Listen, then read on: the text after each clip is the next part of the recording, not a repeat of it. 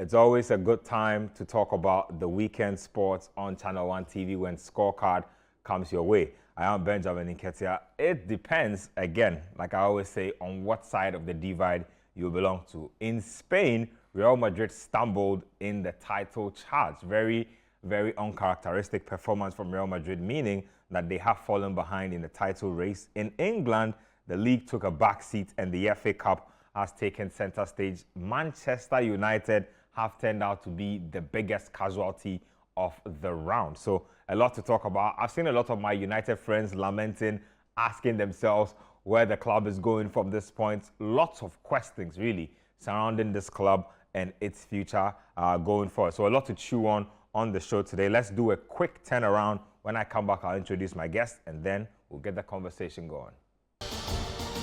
Welcome back to Scorecard here on Channel 1 TV. Let me get to my two good friends in the studio, setting up Edmond, making a return to the show. Good to see you, Seti. What's going on? I'm good. Yourself? Crisp, you know. Looks like there's a title on the horizon. Looks like there's a couple of things happening well. There's been a few dents here and there, but I'll take it. Mr. Graham, what's going on? Oh, I'm good. How are you looking at me with that wry smile? Oh, yeah. As you're happy, I'm happy. You know, when your boss is happy, you are happy. Everything is fine. The office will be nice. Yeah, so my boss is happy, so I'm happy. I like that. Anyway, just by way of information, the Ghana Premier League returns on the 7th of March. That's just by way of information. We are not discussing the Ghana Premier League. Let's... Are you sure you don't want to say something? No, I don't want to say anything about the Ghana Premier League. But I want to say something. Feel free. Go ahead. I think obviously the league had to restart at some point. Yeah. But we have to ask the question: what has changed between now and when the league was paused? Like, what tangible change have we seen? We've heard a lot of people say a lot of things. Yep. But what's the tangible change? So it remains to be seen. We'll give them the chance. I always say, look, when people tell you, I'll do something by this day, let's just give them the chance. Yeah. Let's just see how it plays out. But I'm not hopeful. I'm hoping that we can actually do a few game day checks on especially security and cameras, because the statements that came out did say that, especially Kotoko and House of Folk said that they wanted CCTV cameras around match venues before they return. And a lot of the venues don't even have anywhere you can place a CCTV camera unless you are placing it on Antiama's roof. So I'm very skeptical about a lot of these things. I will be looking out for March 7th when the league resumes, the level of security presence on the ground. If some of these... So March 7th is Friday. Yeah. If some of these things have been looked at. So we'll check out a few of those things and see if indeed a lot has changed since the death of Pole and now. But Ben, quickly, not only during the game should security be important, the team's buses and how they get to the that's a grounds. very easy source of violence. In fact, teams have been attacked en route to games or on their way back to their hotels and bases in the evening multiple times. Women's teams, junior teams, we see Division 1 teams. It's very often that they throw stones at the buses, windows break. We see it happen all the time. I feel that's actually the most common one. Yeah. When you realize, because it's always the team bus, because you get all the players and officials in one place. Yeah. So it's like that's where they target. So it starts with you can't enter the stadium. We'll throw stones when you are leaving. We'll do this, we'll do that. We see it all the time. You down. That's actually a really good point. I think that's something almost everybody overlooked, but the violence does not only happen at the stadia. It follows teams sometimes right back to their home base. And so, you're right, we'll be looking out for those things. Show probably brought to us by Soccerbet. For those of you who like your football, Soccerbet obviously has been taking care of you during the weekend. Anything you wanted to invest in, I'm sure your investments have reaped results already. If they haven't, you go again. That's what we say. So that's what it is. I think Atalanta and Real Madrid have spoiled a lot of weekends. You know, it's what it is. But that Real Madrid game was always going to be tricky. I mean, I don't know about others, but Betis are decent. Very good side. Yeah, I think Pellegrini is their coach. Yep. Very good coach. So. Yep. They have Isco, they have Anthony. They were doing their thing yesterday, honestly. I saw bits of that game. It was a very poor Real Madrid performance, but we'll get there. Let's start off with the FA Cup and let's begin from the doorsteps of Unai Emery. Aston Villa were in action against Cardiff, and it's the new boy on the block, Asensio, brought in during the January window, and he's already doing wonders. I remember he scored twice in the league just before the FA Cup. He scored twice again during this FA Cup game. So let's get the highlights. So Aston Villa getting the business done. It always looks really straightforward in the FA Cup, but it never really is. 2 goals from Asensio. Let me start to you, Susu. Quick thoughts on Asensio, the man at the center of the action. All of a sudden, he's been in the league barely a month, and career already looks rejuvenated. What's going on there with him? It's a surprise because we've not seen this level of performance for him for a while. Remember at Real Madrid, he had a period that he used to score these wonder goals. He'd come off the bench, score a lot. But I don't think there's been a season where he's ever played 75% of his team's minutes in the league. He's never been a player a team has relied upon. So I think in those situations, it just makes you underrate a player because like this guy has gone to all these clubs. He was at Madrid, he was at PSG. He was never able to be the guy. He was never able to nail down a place in the first team consistently. So it makes you wonder about his quality. But I guess it's working for him at Aston Villa. And look, they are still in the Champions League. They are still in the FA Cup. They are still looking for the top 4. So that's a very good place to be. And look, if you can get to Aston Villa and stay there, it's good to be in England. The pay is just as good as those top teams in Europe. It is. You are going to be playing the Champions League regularly. And if this is anything to go by, you'll also be challenging for trophies because I look at the FA Cup draw going for it.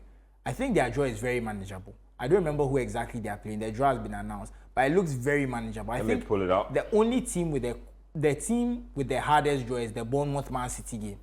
That's the toughest game for either team. And it looks like the 2 best teams, quote unquote, have been paired in the draw. Okay, so we have Preston North End take on Villa, actually. Exactly. So Villa win that game and they're in the semis. And then you have, like you said, AFC Bournemouth taking on Manchester City. So there's that as well. And then I think Brighton will face Ipswich or Nottingham Forest. And I can't remember the last time. The Fulham plays Crystal Palace. Thank you very Crystal Palace. So look at that. If you're Aston Villa, you're thinking to yourself, the only team that we should be struggling against on paper is Man City or Bournemouth. Everyone else you should be able to beat on our day. I think they're in a very good position, I like how the FA Cup is looking this season. I think it's opened up very nicely. The traditional teams that usually win have gone out early. So it's opened up nicely for them. So I even want Bournemouth to knock out Man City so we can have a winner we've not seen in a while. Because when was the last time Aston Villa won the FA Cup? When was the last time? Well, I don't think Bournemouth have ever won the FA Cup. Bournemouth have gone, the farthest they've gone the FA Cup is the quarterfinals. There we go. Then we look at Nottingham Forest. They've not been a top team since the 70s or 80s. So you can talk about a lot of teams that is like we've not really seen them win trophies in recent years. So I'm quite excited about this draw, and I think there's a good chance for Unai Emery. And I think it's nice to see Rashford also playing decently. He's been getting his assist and creating chances.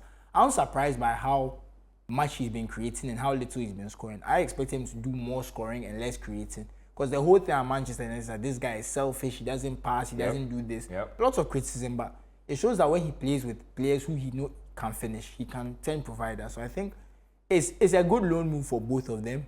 And I hope at least one of them stays. Because truth be told, if you look at Rashford at Manchester United, I think his career there is finished.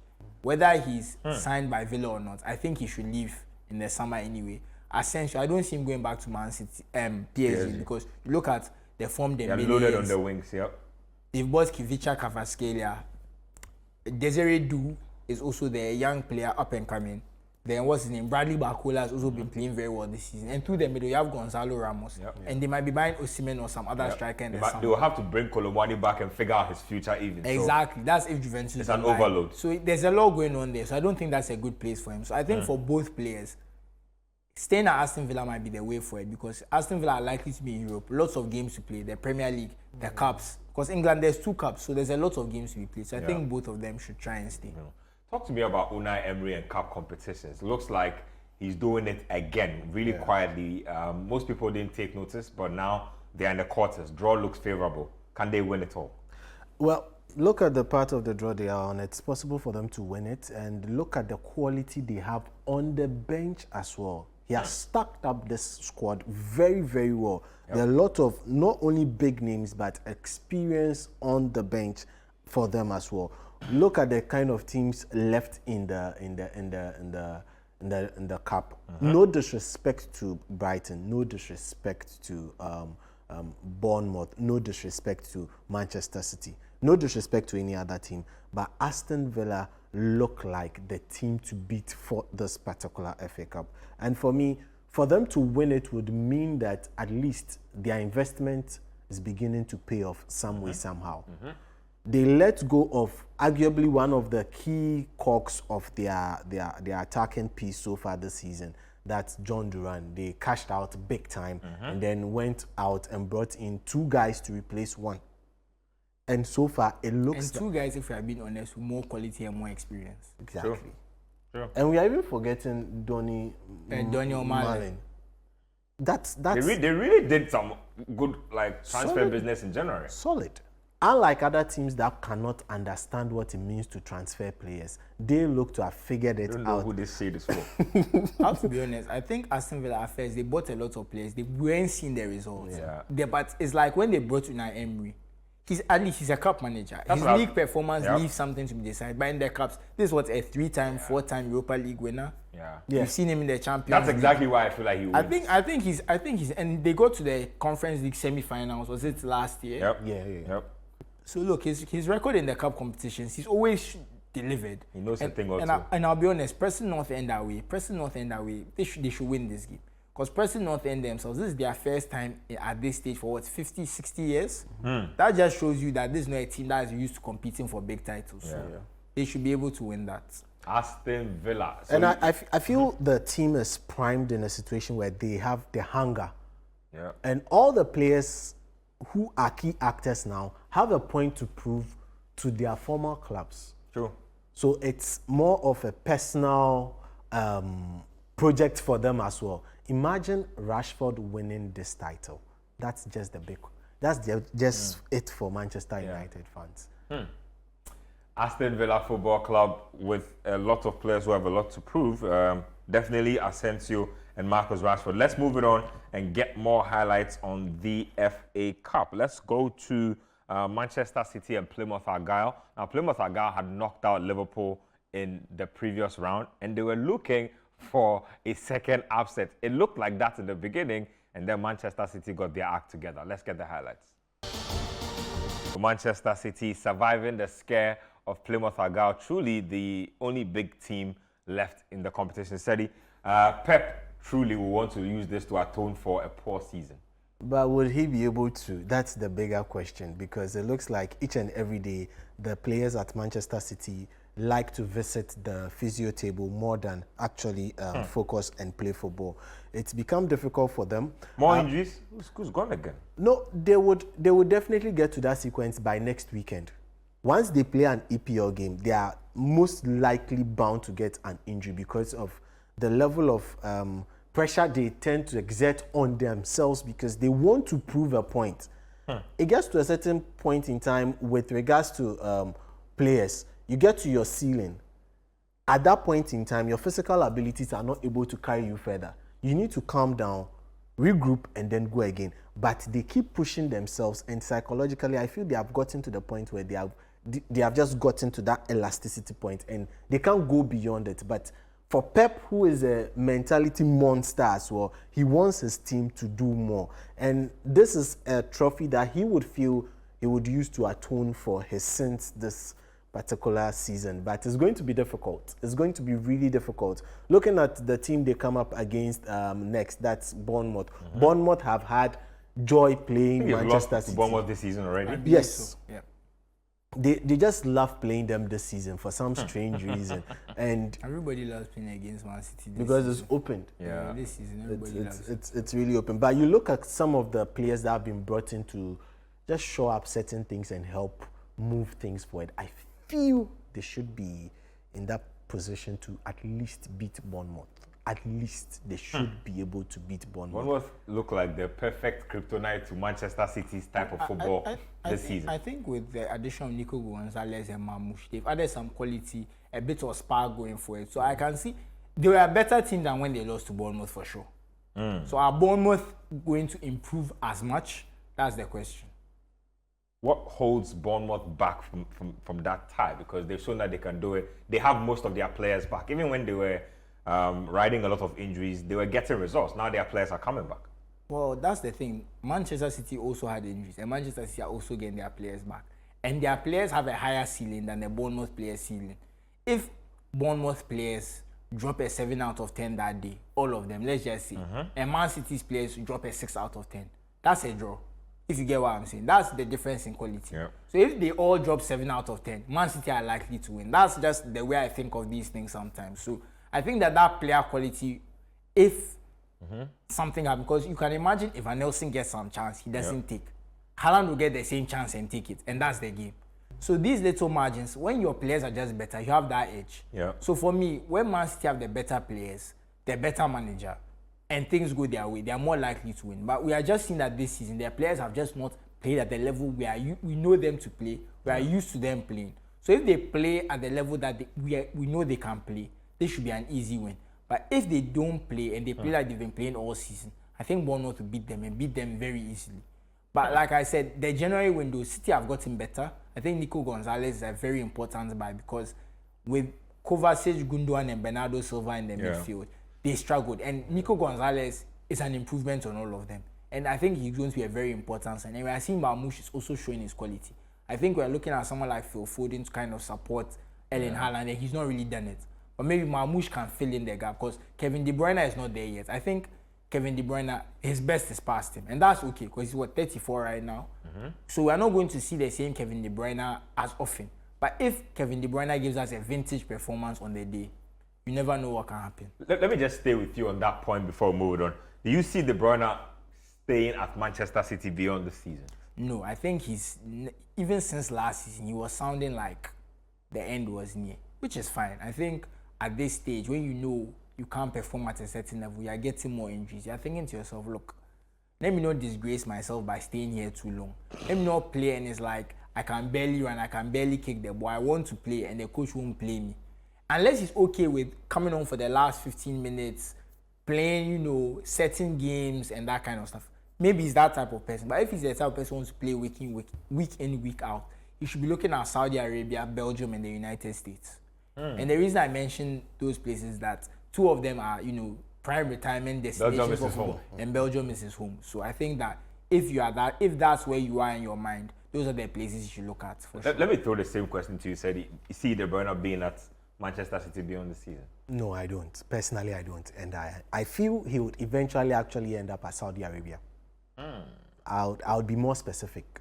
I just don't want to mention any team, but I feel some players just sound De Bruyne doesn't sound like a Saudi Arabia guy to me. Exactly. I think that's what it is. Just because of the connection with the team, that area of the world. But they have, there's a lot of tension geopolitical, Qataris and the Saudis. Qataris, the Dubai people, there's all these things going on. He strikes me more as an MLS guy. Yeah, I don't know why. But he likes money. He likes money.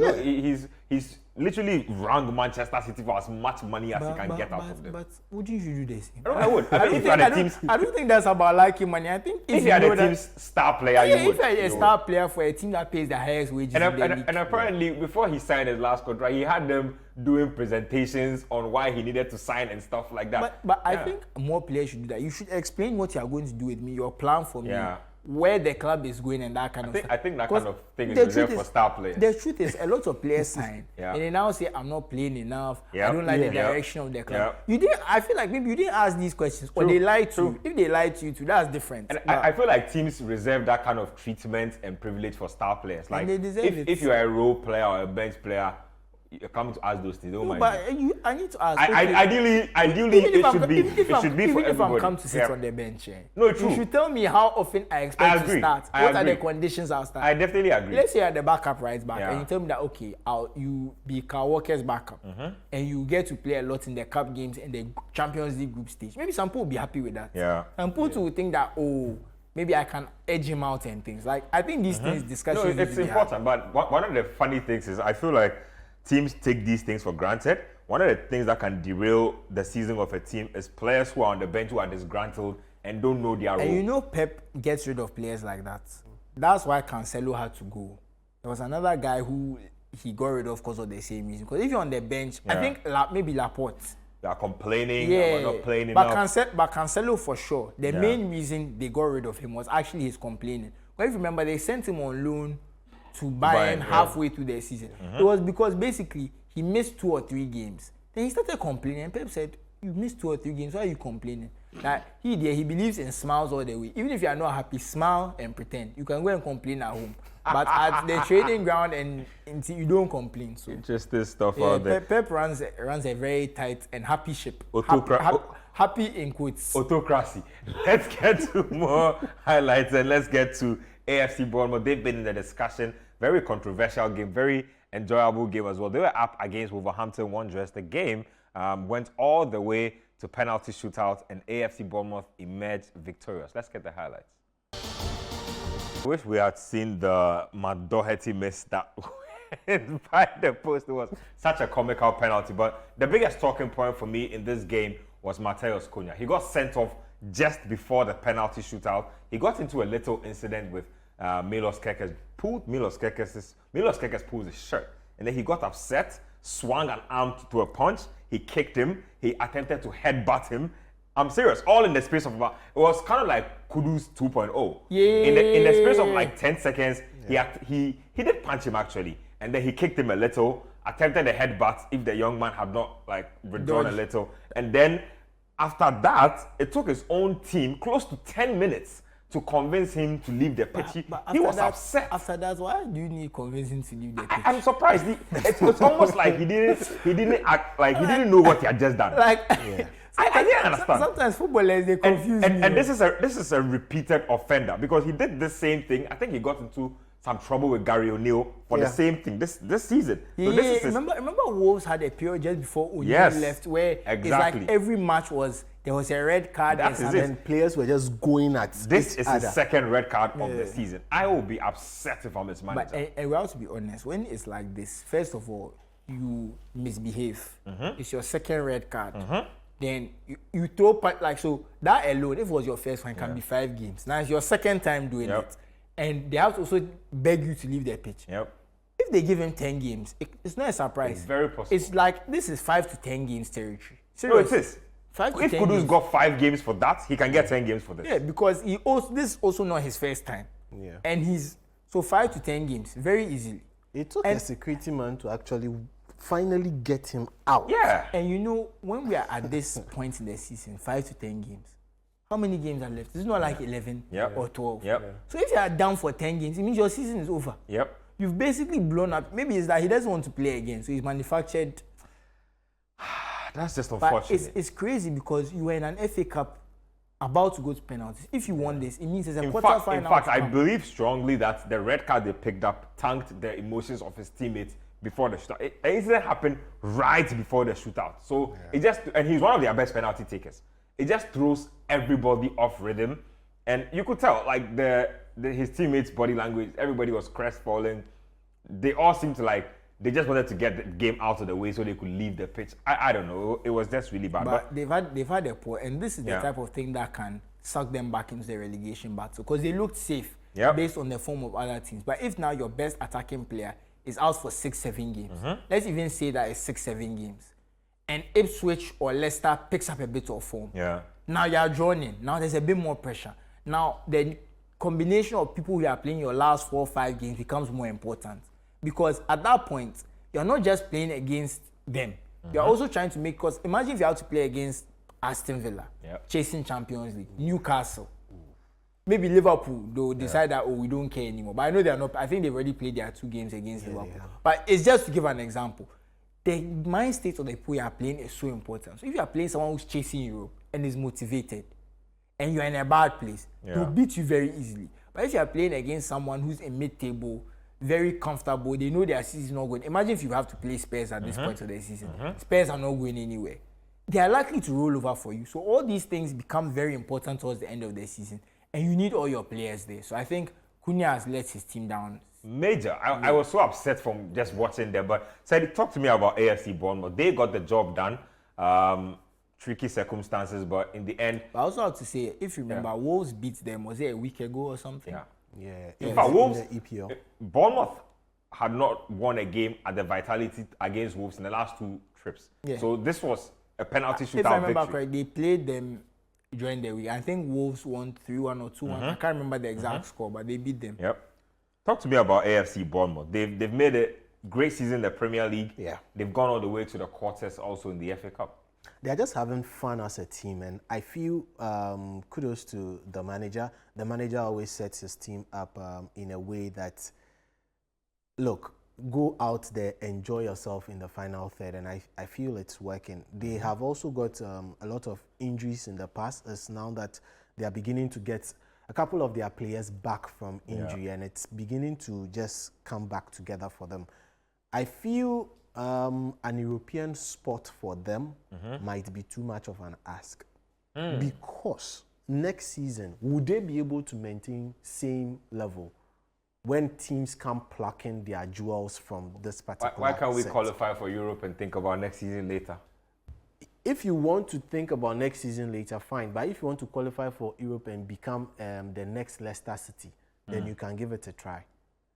If not, then I think that they should conserve energy and take it longer in the cup, because that's But the cup is also going to get you into Europe. Europe. If they can win this, they get into the... Is it the Champions League? No, this No, is The Europa League. Yeah. Can get into the Europa League. So this But that's their level at most to play I think in the the Europa Champions League. League is too much. It's a too stretch. much. It's a But stretch. I think the extra money, they can buy a few players. I think it will put the club in a better place. I think they should go for it. Do they let Semenyo go after this? He's on 9 goals, I think it's in the league, or all competitions. Do they let him go?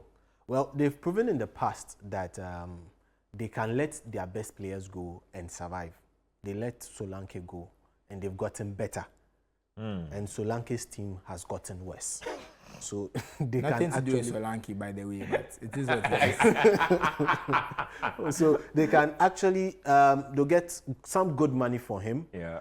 So they should let him go. When the player is hot and you can get money for him, I agree. let him go. I agree. Don't keep him for him to come and become some form of distraction He for become the team. dead wood in the team because the form might not replicate the next season. Exactly. And there'll be no markets for him. Are you selling Semenyo also at the end of this It depends campaign? on the offer. I think you set a price. How much is acceptable? I think knowing the market and knowing what it is, I think realistically, 40 to 60 million in that range. I know that's a big range, but you can get it. Looking at the market and that kind of stuff. You also have to think about the player you're buying to replace him. Can you get a similar replacement for maybe 20 to 30? I think if your scouting in Europe is good, you can get that same quality of player to come in and try him. To be honest, I think one of the things Bournemouth have done is actually getting unknown or underrated players to do really well. If you look at that midfield, Christie and what's the guy's name? Cook. These are not guys anybody's talking about on a weekly basis, but Cook is a really decent central midfielder. I've watched him closely. Even Christie, he was a winger in Scotland, and now we are seeing him playing a double very pivot, decent, yeah. a position that I don't think anyone who saw him in Scotland would have expected. But here we are. Yeah. So I think if they do their scouting more, they can get someone interesting to come in. Look at Justin Kluivert. I was just about to He's mention. moved around. They've moved rejuvenated around. Justin Kluivert. He's looking like a decent player. Yeah. The only, I think if they got the chance, they'd probably sell him to. The only thing is because he's 29. I don't think any top team will buy He's him. 29 already? Yeah, but that's exact because he's been bouncing around everywhere, and you see. Yeah, that's crazy. Yeah, but you see, if they sell Kluivert, if anything, because he's the older one, that would be his last move. Yeah. If you sell 77 is what, 24, 25? Everybody who comes off the bench even does well. Dango Ouattara was buried deep in the bench. Sinistera. And then Sinistera as well. Dango Ouattara came in because of injuries and he's already on 9 goals as well. So really, it's been a very crazy type of season for AFC Bournemouth. They've been one of my better teams to watch. They have the 3rd best defense in the league as well. So it's not a fluke. They're actually doing a lot of things right. They are on to the next round of the FA Cup. Let's take a quick break here on Scorecard. When we come back, we have more FA Cup highlights for you, and then we'll divert into some other leagues as well. So stay with us here. We'll be right back. Welcome back to Scorecard here on Channel 1 TV. Let's get into more highlights. This time, Newcastle United taking on Brighton and Hove Albion. There were a lot of Premier League encounters at this point in the FA Cup. So the casualties were minimalized. Most of these were literally Premier League matches under the umbrella of the FA Cup. But let's get the highlights and let's come back and do the breakdown. Danny Welbeck. I feel like every time I watch Danny Welbeck, he actually gets better. I don't know how it is. Do you remember someone on Panorama texted us that Welbeck should come and play for Ghana? He's already racked up like over 20 caps. Quick thought. Let me start to you, Seti. Brighton, again, blowing hot and cold in the league, have managed to make it to the next round, but really Newcastle shot themselves in the foot in this game. They could have won this game, but some way, somehow, threw it away. Well, it was an interesting game to watch. Newcastle, they sat back, they tried to defend and then try and hit Brighton and Hove Albion on the break, but it could not work. Brighton decided that this was a game they wanted to actually show how football is played. They just ran riot around Newcastle, passed the ball at their own pleasure, and constantly kept using the middle part of the pitch, for me, which was shocking. But Newcastle really shot themselves in the foot. And some actions of some players and actors on the pitch is going to have further repercussion on the team going into a game where you're going to be playing Liverpool and one of your best attackers is going to have to sit this one out. And also, Isak had to be subbed off at a point in time because we are not so sure of the communication, whether it's a recurrence of his injury, his groin injury, or what it is, because he could not see out the game. And certain substitutions actually also hurt them. The Willock substitution should not have happened because he contributed zilch. Willock has been, but let me just even hold you there. Willock has been really poor. I've watched, I feel like I've seen at least the last 4 out of 5 Newcastle games, and he's been preferred in the middle sometimes to one of the other regulars. Joelinton has been injured for a while. So that's why he's been coming in. He's not done well at all, and that's very shocking because he's always a guy I've always rated well, always puts in a good shift, even gets goals every now and then. I don't know. You remember he went on a streak where he scored about 7 in a row when he was on. Exactly my point. Like he's just. But that's years ago now. That feels like what 2021. In fact, to be honest, to be fair to he himself, he's been in and out of the team through injuries as well. But just land on the Newcastle points for me. They are through to the League Cup final. They managed to make it at least the round of 16 here. Looks like they still are in the run for Europe. Overall, would they consider this season a success based on how it is now, or you think that certain things will have to fall in place for them before they can draw that conclusion? Well, certain things will need to fall in place, but those things are beyond their control, which are injuries. And that one is beyond their control. I feel for this season, they'll consider it a total success. Looking at what happened to them last season, this season is a plus. And for me, a lot of people are not seeing the effect of Tonali on this team. And for me, he has been that particular missing piece, making everything come together for them this season. He has really helped the team a lot anytime he plays. But for the likes of Joelinton, he was really poor today, and he should not bring that form into the EPL. Getting away with a lot of reckless tackles. Maybe he was rusty because again, he's not played for a while. So. Just thoughts on Brighton and Hove and Danny Welbeck. I mean, typically we expect that players slow down when they are good. What's going on? Old is good. That's all. Not really with everybody. Old is good, So I think, look, this is an experienced guy, a decent guy. He's always been a decent striker. I think his issue has always been the injuries, and he's just not been as consistent in front of goal. The consistency comes with experience, especially for strikers. But because sometimes their movement and their physicality is diminished, that good finishing ability, that kind of technical ability is overshadowed because they can't get in their positions as much. But I think it's worked for Brighton because he offers them something different. They have a lot of young players. He can teach some things.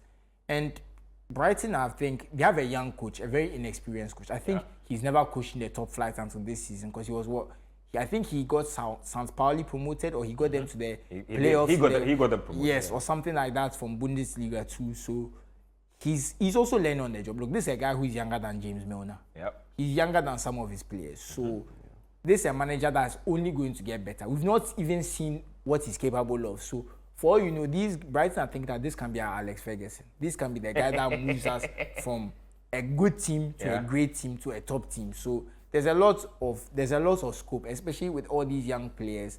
We all know that, look, they'll get maybe 80 million from Baleba. Someone will pay them that money. And by the time we know, the next Baleba is already there. So I think Brighton, everything is looking good for them as always. One question for both of you. They spent a lot of money during the summer window.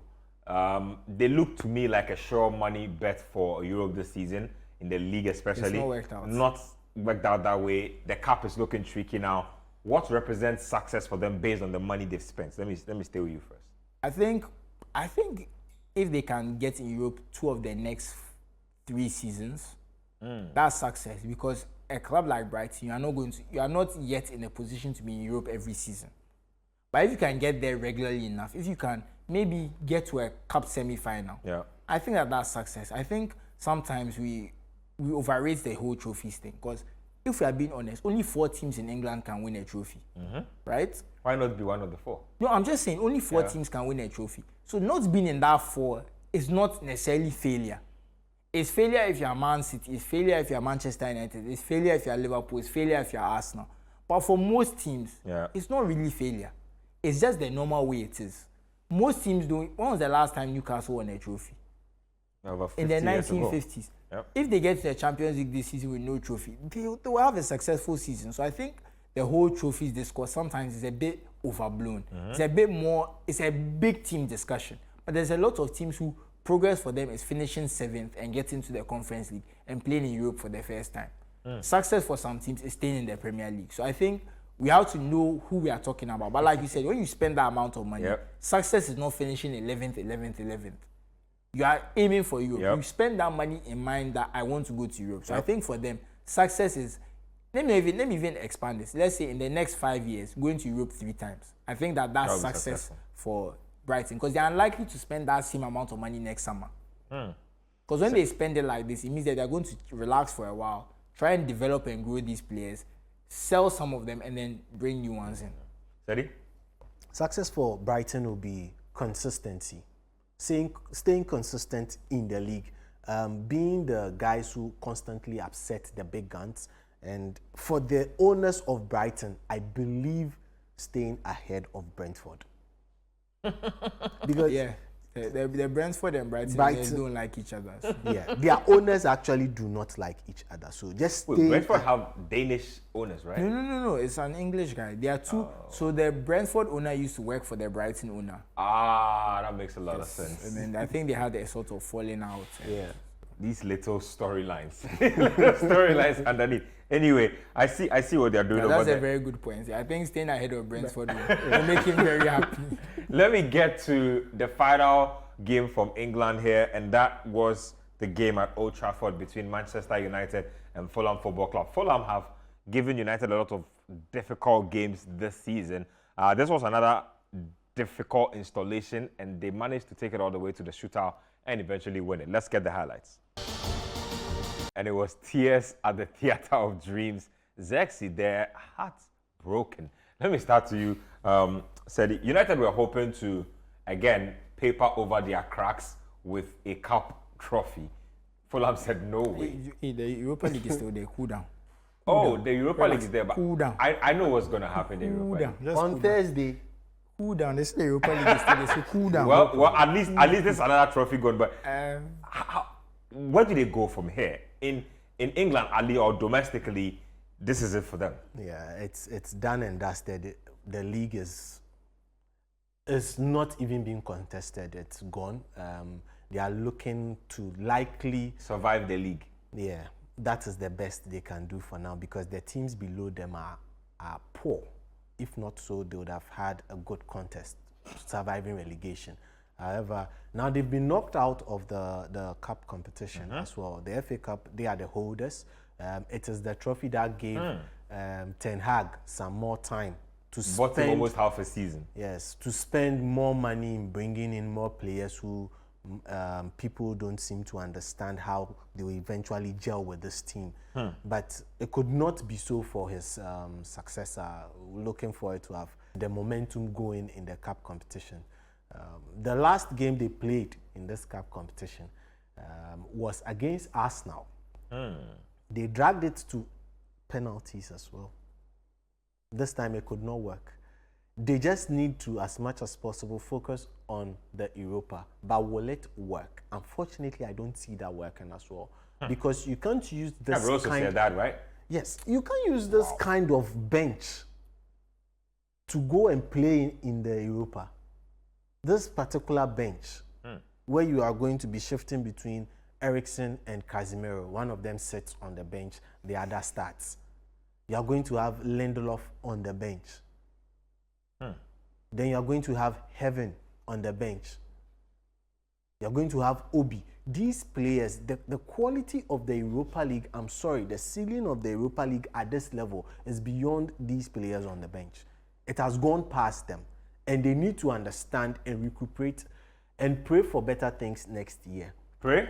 Yeah, they need to pray because it's getting bleak on that point as well. If they don't sell players, it's become a situation where if they don't sell players next season or in the summer, I'm sorry, they only have 20 million per sources in their kitty to spend on transfers. No, that's 20 million. United, they will find money. No, you can't find money when there's fair play rules on financial. But United make so much revenue. This is difficult to believe. Yeah. How much? Maybe that's why we are seeing all these cuts. Maybe there's that much wastage at the club. Actually, they are trying to stay within sustainability and profitability rules. But I always feel like United will always find a way to. I think Marcus Rashford is going to save them. Because look, if you know about the PSR rules and how academy players work, I think Marcus Rashford for 40 million is going to make a huge dent in those things because he's pure profits. Yeah. So I think Marcus Rashford, and that's why I believe Rashford, this whole thing was a media thing to justify getting rid of him, knowing that he's the most valuable assets they can get and the amount of money they can get from him. Me, that's why I'm convinced. You can't change my mind about this. I might sound like a conspiracy theorist or whatever, but for me, the kind of criticism and vitriol Marcus Rashford was getting was not proportional to his performance and the team, because the team was bad. Rashford was not the worst player. I don't think that interview was smart. I think the interview was misguided. But I think that the interview was what made it easy for them. I think whatever had happened, we would have seen Marcus Rashford pushed out, if not in January, in the summer. Talk to me about how much of this is on Amorim. People say that he needs to make adjustments. Look, I think it's 30% on him. I think 30% is fair. I won't say 50% is on the owners, and then 20% is on the players. That's how I see it. So I'll break it down for you. The owners should have sacked Erik ten Hag when they won the FA Cup. We saw them do it with Van Gaal. Van Gaal finished 5th. Ten Hag finished 8th. So if you are telling me that you could sack Louis Van Gaal with a stronger track record than Erik ten Hag, because the things Louis Van Gaal has won and done in his career, Ten Hag has not done 10%. So you should be able to sack Ten Hag for finishing 8th and winning the FA Cup if you can do it to Van Gaal. I think that that's a very sensible thing. You bring in Amorim in the summer, you buy players for him, and he can start building towards what he wants to do. You buy more players for Ten Hag, you coddle him more and give him more freedom to buy the players he wants. Then you sack him where? Was it November? No, before November. let me just stay on the points you're making. So based on the points you're making, what is the guarantee that you give Amorim 250 million or 200 million during the summer to buy players, he will change this team? There's no guarantee, but a manager should perform better with his players. So let me even get to why I now blame Amorim. Now Amorim comes and meets a squad that's not for him. And he decides that I'm going to play my way regardless. That lack of pragmatism is why he's 30% of the problem. I get it. You're a manager. This is your philosophy. This is how you want to play. Yeah. But your short-term results also build trust and confidence with their fans. He has, because of how badly the team has performed, he doesn't even have goodwill going to next season. So we go into next season, Man U fans are already prejudiced against him. Their fuse is short. It's going to, if let's say they start next season badly, you can't even trust the fans to back the manager. True. Because the way this season has been, they're like, this guy, he's a clown. That's what they are going to be telling themselves. In fact, a lot of them are telling themselves now that right now. Look, they were 4 points off top 4 when they sacked Ten Hag, right? Now they are what, 14, 18 and they are rollicking with Ipswich and Southampton down there. If you are any logical United fan and you just look at the results, let's forget about context. Because context changes the view of these things. Just look at the results. You think to yourself, why did we hire this guy?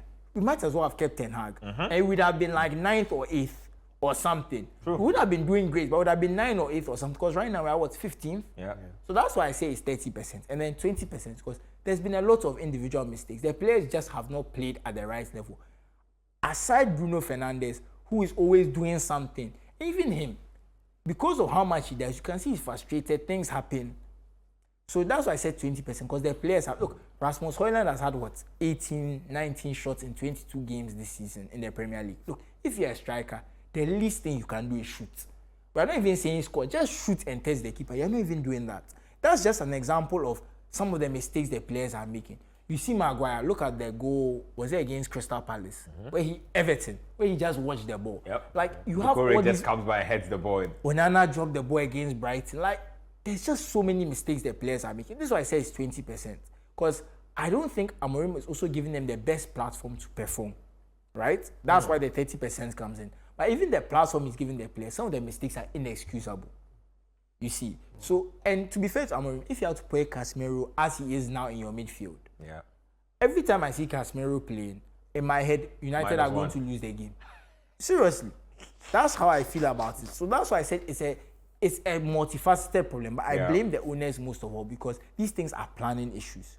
You have to plan better. Yeah. And in the way they planned this season wasn't planned well. Because once you stick with Ten Hag and you buy players for him, you should give him until January. I think they went early. I was of the view, and I had this argument with my friends who support Manchester United after the FA Cup. I said Ten Hag has to go, regardless of what happens. I know you people are happy, you are feeling the endorphins, the dopamine is going through your veins, so you're excited. So you're saying, oh, give him another chance.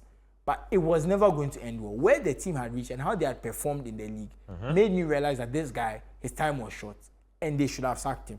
So that's why I say the majority of the blame is the owners. But I don't think the players and the coach have also done their part for me to say that they've also done well. I think if I was to rate the owners, I'll give them 3. I'll give Amorim 4, and I'll give the players 3. Said, finish this conversation with Fulham for me. They are going under the radar because United are always headline material. But Fulham have done really well to be able to get past United and into the next round. What's it about the work Marco Silva has done this season that you'd like? How he has been able to get his team to play under pressure is what I've loved the most. You've seen how Fulham performed against the likes of Liverpool in a game that I feel that they should have won that game. Sure. Their concentration was just not up to the point where it needed to be. But it's just about buying just bringing in new faces into a team that has already understood your way of doing things. Emile Smith-Rowe, it's been really good for them this season. But for me, this particular game, he should have not even come on because he just blew a lot of chances away. Which he was making Onana look like a star, which for me is not so. But he has actually had a good season. When he joined the club earlier in the season, he was having some really nice patches where he was scoring goals, adding to the results and everything. But I still feel Marco Silva needs to sort one thing out with his team if he wants to take them to the next level. That is where the role of Traore, it can't be just racing up and down with no end product. It can't be just racing up and down. It's been how many years we've been saying this now? I mean, for a team like Fulham, he offers them something because when you have that skill and ability to break through defenses, make something out of nothing, even if the end product is not there, if he dribbles the guy 10 times and he plays 10 crosses, you only need one to be good. Fair. So I think, and if you're a team like Fulham, you can afford to have players like that because that moment of quality, you're not going to get it from the players who are quote-unquote your level because Traore at his best is a winger everyone is afraid to play. But the problem is that best doesn't come often enough. So I think you have to understand when you're a team like Fulham, when you're these smaller teams, you have some of these inconsistent players that on their day, they look like they're the best in their position in the world. But that day comes twice a season. And you just have to live with it. What would you do if you're in that kind of situation? With him, I feel he even played today because this other guy. He's been benching mostly, actually. Yes, there's injury situations around that particular I think they position. have a Munoz. Not Munoz. They have a right winger they'd be using. A lot this season. And Iwobi? Because Iwobi's been... Iwobi, I think, plays in central midfield. Yeah, but they have a lot of players they move around. Yeah. I mean, if I was Fulham manager, I'd never start Traore. Yeah. But I'd bring him on very regularly, especially in games which we are level or we are losing. To come and see if he can do something for us. So. I'll hardly start him. Yeah, I would hardly. But I feel like you're saying, I feel like we've been having this conversation about him for the last 5-6 seasons where we always say you're going to improve your decision making, but never. If you bring him off the bench in a game where it's 0-0 or you're losing, players are tired, he can run at them. I feel like you can get something out of him. It's about use. You just use him to the best of his ability. So Fulham Football Club seeing off Manchester United through to the next round of the competition. Let's take another break here on Scorecard. When we come back, I'll read some of your messages that have come in, and then we'll get into some other parts of Europe. Stay with us. Welcome back to Scorecard here on Channel 1 TV. Let me get into the messages. Okay, so this one here from Reg from DC says, I think the United technical team didn't try for Zexi. He was very exhausted, especially in extra time, and should have been subbed. There was no need for him to be involved in the penalty. So he missed the penalty because he was tired? Just exhaustion? No, I mean, your ability to strike the ball is definitely affected by fatigue. That one is true. And considering that he did score the winning penalty in Arsenal, which is why I remember, if you forgotten, we did some dancing over here. It was because he scored the winning penalty. So I don't disagree, but I feel like a penalty is like a one-off thing. You can summon some energy to play a penalty. But if but you see, the exhaustion can maybe it's also mental. There's a lot. Fair game. This one says that your name is United. Okay, so your name is United, so that's fine. Now you guys tell me the impact the United coach has had on the team. United is the worst team in the Premiership. Worst in defense and the same in attack. They can't even pass the ball among themselves. Charlie, the guys stressed. To be fair, the coach has also complained about that himself. Yeah, he says that you can't go on to talk about tactics when your players can't pass the ball.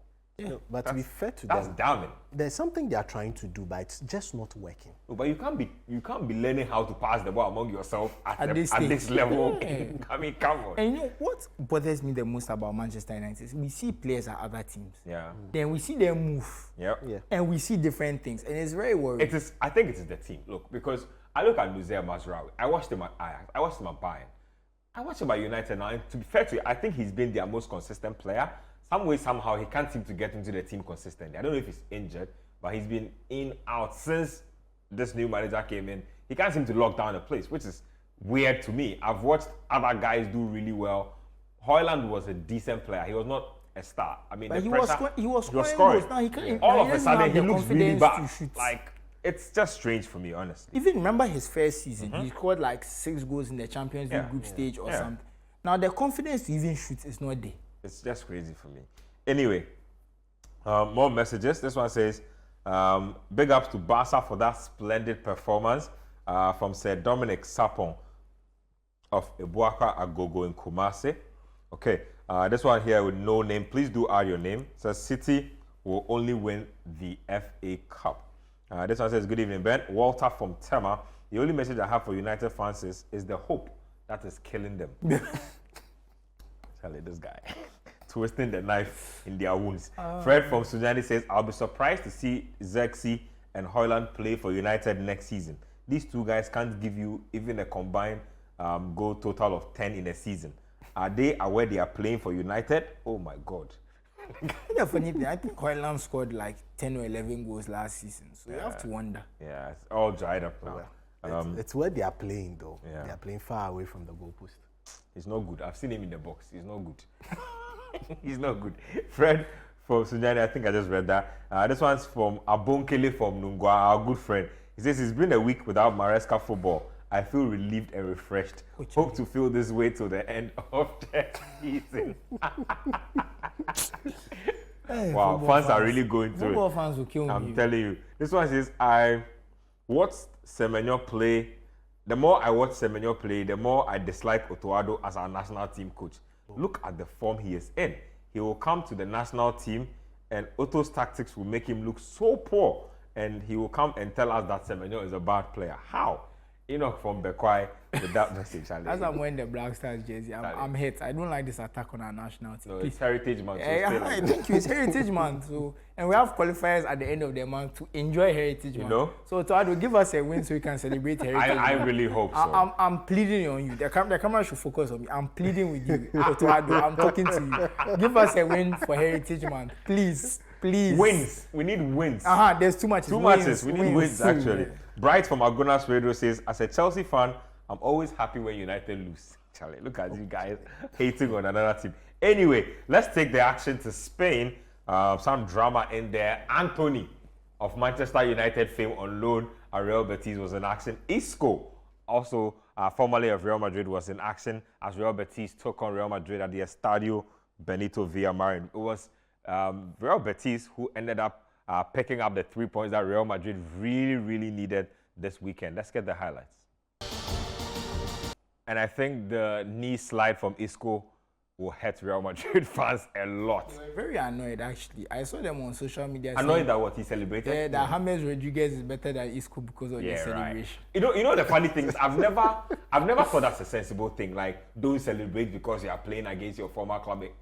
What's that all about? Someone even said that actually, what is rather should be don't celebrate at their stadium in front of their fans. More like that. Yeah, because it's a bit. It's what's the word? It's provocative. Yeah. But if you are Betis in front of your Betis fans, you scored against Real Madrid, you shouldn't celebrate in Spain. It's so crazy for me. But just thoughts on that. Real Madrid dropping points. Fans are too sensitive, honestly. And it's getting worse by the day. Yeah. It's getting worse by the day. If we got rid of a player and he celebrated against us, it would hurt me more if the player left acrimoniously, like we were begging him to stay, then he left anyway, then you come and celebrate on top. That would hurt me. You treated Isco bad. But if we get rid of you, we sack you, we tell you that please go, we've had enough of you, and you come and celebrate. I'm surprised. Why should I be upset? I'm shocked. Anyway, just thoughts on that. Points dropped in the title race. Vinicius Jr. consistently complaining about literally every tackle. I'm not sure what's going on there. But he's always done that. That's just who he is. I think, look, some players have that. That's what inspires them. They work themselves up into a fit that, oh, I've been wronged, so I have to do this and do this. I mean, you've watched the Last Dance documentary by Michael Jordan, where Michael Jordan was inventing stories that someone made fun of him in the last game. So he decided he's going to score 50 that game. Yep. Meanwhile, the person hasn't said anything. No. He uses those things as motivation. Yeah, I think maybe that's what it is. And I think, look, he's a very interesting player because I think he's very unique in the way he plays. He's relentless. He never gives up. He will try and try. He can fail 10 times. You keep coming back.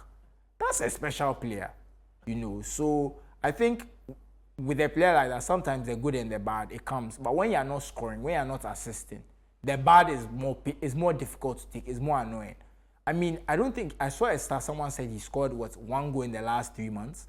If we're in that situation, I can understand why people are frustrated because now your bad behavior is like, what is it adding? Exactly. We're accepting your bad behavior when you were scoring, when you were assisting, when you were winning us games. Right now, you're not winning us games. So, and you know there's this thing about dissent towards referees where they can book you if they feel like you're talking too much. Yeah. So you are getting needless yellow cards. So, look, I'm not one who goes on players like that because, look, I think Vinicius is one of the best wingers in the world. He's one of the best at what he does. But if he's in bad form, the bad things about his game, the petulance, and he's very argumentative. I think he doesn't treat his opponents very well. I think he does needless fouls. He's a bit, he's not sportsmanlike, which you remember, that's basically my whole point. That's what even lost him the Ballon d'Or. They said he doesn't have sportsmanlike behavior, which is all kind of true. But look, for me, when a bad player is in bad form, it happens. It's normal. It's part of the game. But when it's like you do it for so long, fans have the right to be frustrated because they were pushing you to win the Ballon d'Or. They were pushing you when they've always supported you with all your stuff. Things have been happening to you. Referees have been saying you of this, that. They've supported you because you've won them games. So when you behave badly, the least you can do is also win games so that they feel like they're getting value for money.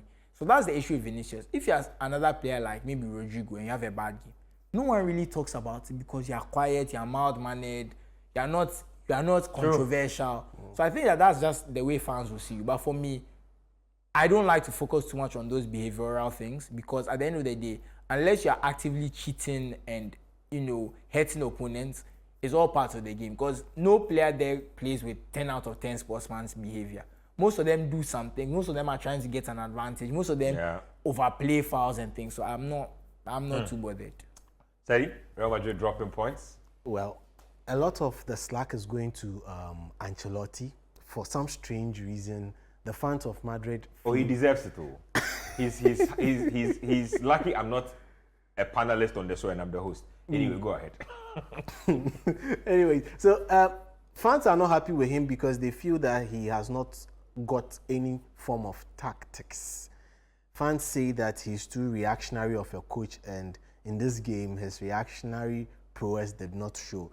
I feel individual players on the day had bad games. Alaba was not ready for this game. Rudiger had no business of being on that pitch as well. I really do not. And to make matters worse, you bring on Camavinga to get cooked also by the fans. It's not fair. But a lot would have depended on the likes of Kylian Mbappe to prove something at this stage. However, he also on the day decided he was going to do his own bit of football brilliance, trying to get individual accolades for himself, and it did not happen. For Vinicius, the least said about him, the better, because it's like such behavior has fueled him for some time now, and I think this behavior started after the Valencia racism incident. Yeah. And it has escalated since the Ballon d'Or. He was ignored for the Ballon d'Or. He's just become very hysterical. I don't know what's going on with him. And getting the FIFA best with this same attitude, and he feels he's okay, he's done it and seen it all, but it's affecting his play. You look at the numbers in recent time and it's not favoring his style of play. Up next for them is a big tie. If he does not step up, Atletico? yes. If he doesn't stand, it's exactly. So you have Atletico winning, gathering form in this kind of strange football they now have found themselves to play. They are not ultra defensive anymore. They know how to hurt you where it would hurt the most. And coming up against this Madrid team in this form, Madrid should stand well. Else they might get knocked out. Let me just say, I just want to talk about this Ancelotti thing. I think Real Madrid fans are just hysterical. I was just about to say I'll that. go back to this thing. That whole no you tactics can't tell me business. someone who's won the Champions League 4 times. Exactly. The only manager to have won a league title in Europe's top 5 leagues. Yeah. A guy who won a league and Champions League double just In last fact, he's Real season. Madrid's most decorated manager as at now. You can't tell me that guy doesn't know what he's doing. It doesn't make any sense to me. Come on. The problem I have with Carlo, You see, I think part of it is that the team isn't as balanced as he would like. yeah, And the truth is, knowing Ancelotti, if it was up to him, he would not have Vinicius, Mbappe, Rodrigo, and Bellingham. He'd have 3. Which 3 there? I don't know which 3 for him. He probably has the 3 he has in his heart. But we know the way he likes his teams to be set up. We know he likes balance. We know he's very conservative. He's not an ultra-attacking coach. We know he doesn't like this high press, all ultra-attacking football. But the players you've given him now are making him play a certain way. The midfield like this, if you look at the midfield, to be honest, the midfield lacks certain profiles because Valverde, Bellingham, Tchouaméni, Camavinga, they're all very energetic guys, bustling guys, but there's no guy like Toni Kroos who can put his foot on the ball and control. Even Luka Modric is a very bustling and energetic guy, which is why Kroos was favored a lot last season in the Champions League to kind of calm the game down. He doesn't have that type of player. The defense, there's all these injuries. He's having to move players around, do this, do that. I don't think things are as easy for Ancelotti as people make it they're not easy at all, actually. So I feel like by Real Madrid fans, because they are so used to excellence, once certain things don't every happen, small decision gets scrutinized. yeah, I think people need to be so realistic. Then they start saying that he didn't win titles. You see, that's why he only won 1 title with AC Milan and things. They say he had AC Milan, a creme side, and won just one Serie A title. And even that one, not to get into the history, but you forget that Juventus at that time had Del Piero, Nedved, Juventus had the best team in Italy at that time. Cannavaro, Buffon, Zambrotta.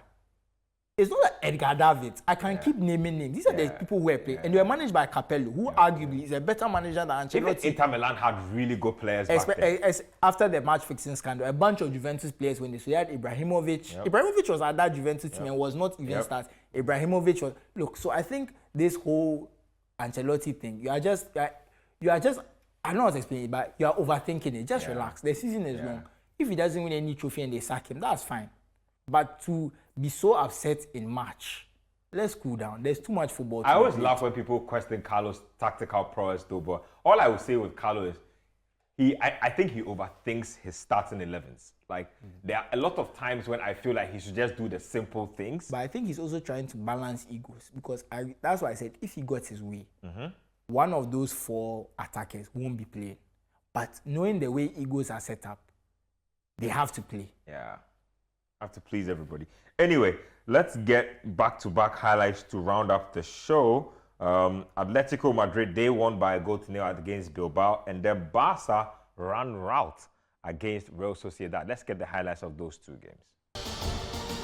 So Barcelona winning by 4-0 against Real Sociedad there. Said just snap thoughts on that game. Snap thoughts. Fantastic game for Barcelona. When you have your day, you just need to take the most of and make the most of it. And this is one of such games. They made sure that Sociedad paid for their sins. That's their early red card.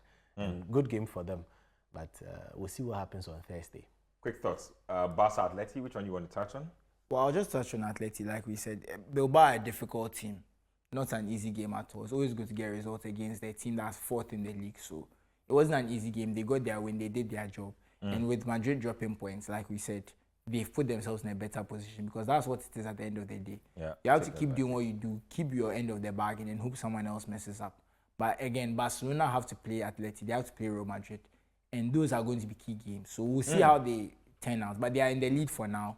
But it can change next weekend because we know how football is. Next weekend, they might be the ones who have an early red card. They might be the ones who get all the chances and don't score. So, like we said, it's always the same. But good results for Atleti. And they look better going into the next Champions League game. But we also have to remember there was no Jude Bellingham. How much did Real Madrid miss him? How much will his freshness impact the game on Tuesday? There's a lot to think about. Good points there. Let me read a few more messages to close out the show. This one says that Moshosho from Nungwa. So this season, what is Abonkele United winning? They say the Europa League. So keep your fingers crossed. United? Say what? Who's Abonkele United? He says what is Abonkele United winning? I thought that was Chelsea's name. Who's that? That's Moshosho. I was saying, who is Abonkele United? I don't know. This one here says if Arsenal fail to sack Arteta, they will never win trophies till Jesus comes. Reasons: 1, tactically poor. 2, no plan B, always 4-3-3. 3, poor winning mentality. 4, he doesn't learn. 5, wasting money without achieving results. 6, failure to purchase a striker. You know the funny thing is, they played 4-4-2 at some points this season.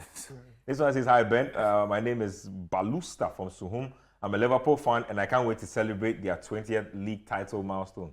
For a fact, Man United were 14th when they sacked Eric Ten Hag. Since then, they have signed Amorim, turned Ahmad into Messi and Maguire into Maldini. Removed Rashford from the squad, beat Man City away in the derby, and a draw against Liverpool at Anfield, and still 14th. This is consistency. Anyway, I'm not sure if that's actually true. I think United were closer to the upper echelons of the table. But thank you very much, Sedinam. Thank you very much, Susu Graham. Thank you to all of you who made time to watch the show and also to send us messages. Thanks to everybody who made the show possible. Same time, next week, we'll come back your way with Scorecard.